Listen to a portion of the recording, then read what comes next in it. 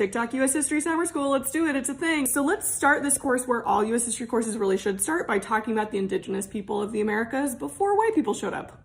What a thought. I just want to debunk 3 big myths about what the Americas were like before the Columbian era. The most important thing to understand about all of our concepts, and by our I mean like white historians, all of our concepts about the Americas before white people showed up, is that all of our accounts are still based on observations after a demographic collapse. So the way that disease works, right? If Columbus shows up in 1492 and a lot of other conquistadors are there, like the disease is going to go way ahead of the people. So even before white people arrive in parts of the continent, diseases like smallpox and measles have already reached those places. So even with first contact, right? The first accounts of like an explorer or a white settler or whatever encountering indigenous Americans, that's not the first contact. They are seeing that group of people after the population has been decimated by disease. Most experts estimate there are around 50 million people living in the Americas before white people showed up. And what that means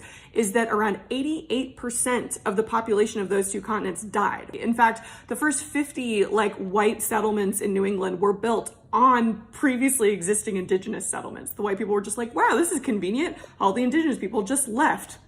No, they died. You were building on graveyards. Myth number 2 was that white Europeans were like inherently superior to indigenous people. We talk about guns, germs, and steel. No, it's just germs. Germs. Like disease was the thing that allowed white Europeans to so quickly conquer the American continents. I mean, even John Smith admitted that their guns were useless compared to the bows and arrows of the indigenous people, right? Charles C. Mann is an expert on this. He wrote a book called 1491, and he interviewed 7 experts on this time period, and he asked all 7 of them, would you rather live as a Native American or European in 1491? 7 out of 7 said the Native Americans. Like hands down, right? The Native Americans commented on how gross and dirty the Europeans were. They were like looking at handkerchiefs going like, that's disgusting and totally unsanitary, right? Like they just could not figure out. They also were asking questions like, well, if your civilization is so great, why are you all leaving?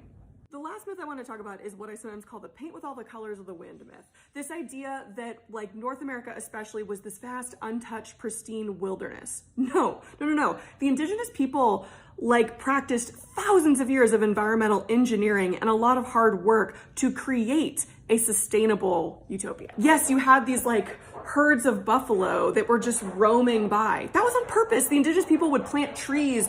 They would burn down certain parts of the environment so that the bison or the buffalo would like have to go by their camp so that they were right there. Like they engineered the environment to serve their needs, but also be sustainable. So follow for part 2 when white people show up and ruin it.